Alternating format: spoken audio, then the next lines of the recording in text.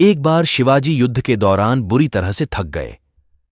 आस पास कुछ न देख वह एक वनवासी बुढ़िया के घर में जा घुसे।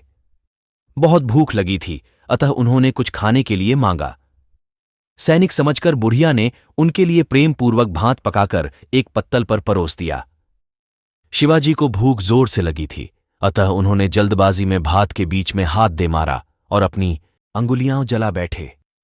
ये देखकर बुढ़िया बोली, सैनिक, दिखने में तो तू समझदार दिखाई देता है, फिर भी मूर्ख शिवाजी की तरह गलती कर रहा है। यह सुनकर शिवाजी के कान खड़े हो गए। वह बोले, माई, शिवाजी ने ऐसी क्या गलती की जो आप उनको मूर्ख बोल रहे हो, और मेरी गलती बताने की भी कृपा करें। बुढ़िया बोली, सैनिक, जिस तरह तू किनारे की ठंडी भात खाने के बजाय बीच में अपना हाथ डालकर अपनी अंगुलियां जला रहा है, उसी तरह शिवाजी भी पहले छोटे छोटे किलों को जीतकर अपनी शक्ति बढ़ाने के बजाय बड़े किलो पर धावा बोलकर मुंह की खाता है। इसीलिए मैंने तुझे शिवाजी की तरह मूर्ख कहा। अब शिवाजी को अपनी हार का कारण समझ आ चुका था। उन्होंने पहले छोटे छोटे किलो को जीतकर अपनी शक्ति बढ़ाना शुरू कर दिया और बड्ढे बड्ढे किले भी फतह कर लिए। शिवाजी को बुढ़िया की सीख काम आई। शिवाजी की महानता। उन दिनों शिवाजी एक एक करके सभी किलों पर अपनी विजयश्री का झंडा फहरा रहे थे। इसी दौरान एक बार शिवाजी का एक सेनापति मुगलों पर विजय प्राप्त करके लौटा। उसने सीधे आकर शिवाजी को यह खुश खबरी सुनाई और बोला, राजे, हम आपके लिए बहुत ही अनमोल उपहार लाए हैं। सेनापति के इशारे से एक पालकी शिवाजी के सामने लाकर रखी गई। पालकी को हटाया गया तो उसमें सौंदर्य की अनुपम मूर्ति मुगल बादशाह की बेगम विराजमान थी। यह देख शिवाजी को पूरी बात समझते देर नहीं लगी। वह तुरंत उस देवी के पास गए और बोले, मां, मैं आपके दर्शन करके धन्य हो गया। आप सौंदर्य की मूर्तिमान प्रतिमा हैं। अगर मेरी मां आपकी तरह सुंदर होती तो ये शिवा इतना काला नहीं होता। मेरे सैनिकों को क्षमा कर दीजिए।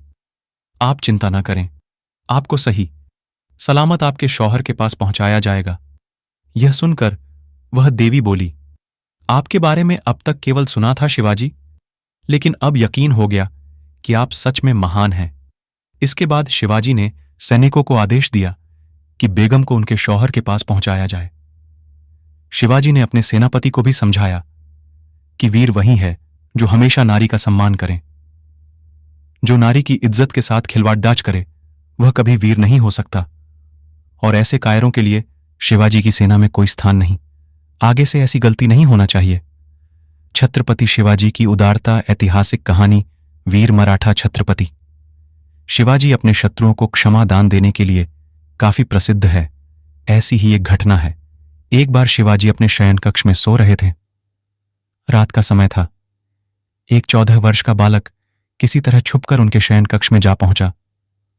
वह शिवाजी को मारने आया था, लेकिन शिवाजी के विश्वस्त सेनापति तानाजी ने उसे पहले ही देख लिया था, लेकिन फिर भी उन्होंने उसे जाने दिया। वह जानना चाहते थे कि आखिर यह लड़का क्या करने आया है। उस लड़के ने तलवार निकाली और शिवाजी पर चलाने ही वाला था कि पीछे से तानाजी ने उसका हाथ पकड़ डालिया। इतने में शिवाजी की भी नींद टूट गई। उन्होंने उस बालक से पूछा कि तुम कौन हो और यहां क्यों आए हो। उस बालक ने निडरतापूर्वक बताया कि उसका नाम मालोजी है और वह शिवाजी की हत्या करने आया था। जब शिवाजी ने उससे कारण पूछा तो उसने बताया कि मैं एक गरीब घर से हूं तथा मेरी मां कई दिनों से भूखी है, इसलिए अगर मैं आपकी हत्या कर दूं तो आपका शत्रु सुभाग राय मुझे बहुत सारा धन देगा। यह सुनकर तानाजी गुस्से में बोले, मूर्ख बालक, धन से लोभ से तू छत्रपति शिवाजी का वध करने आया है। अब मरने के लिए तैयार हो जा।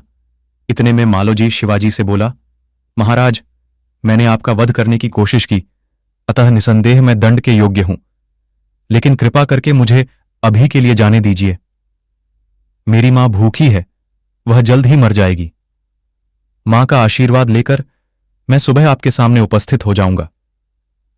बालक की बातें सुनकर तानाजी बोले, हम तेरी बातों के धोखे में आने वाले नहीं हैं, दुष्ट बालक। बालक मालोजी बोला, मैं एक मराठा हूं सेनापति महोदय, और आप बखूबी जानते हो कि मराठा कभी झूठ नहीं बोलते। इतना सुनकर शिवाजी ने उस बालक को जाने दिया। दूसरे दिन सुबह जब राज दरबार में छत्रपति शिवाजी महाराज सिंहासन पर बैठे थे, तभी द्वारपाल एक संदेश लेकर आया कि एक बालक महाराज से मिलना चाहता है। जब उसे अंदर बुलाया गया तो यह वही बालक था जिसे कल रात शिवाजी ने मां का आशीर्वाद जाने दिया था। महाराज के सामने आकर बालक बोला, मैं आपका अपराधी महाराज, आपकी उदारता के लिए आपका आभार व्यक्त करता हूं। आप जो चाहे दंड दे सकते हैं। शिवाजी ने सिंहासन से उठकर उस बालक को गले लगाते हुए कहा, तुम जैसे सच्चे मराठाओं को अगर मृत्यु दंड दे देंगे तो फिर जिंदा किसे रखेंगे? आज से तुम हमारी सेना के सैनिक हो। छत्रपति ने उसे बहुत सारा धन दिया तथा उसकी मां की चिकित्सा के लिए राजवैद्य को भेजा गया।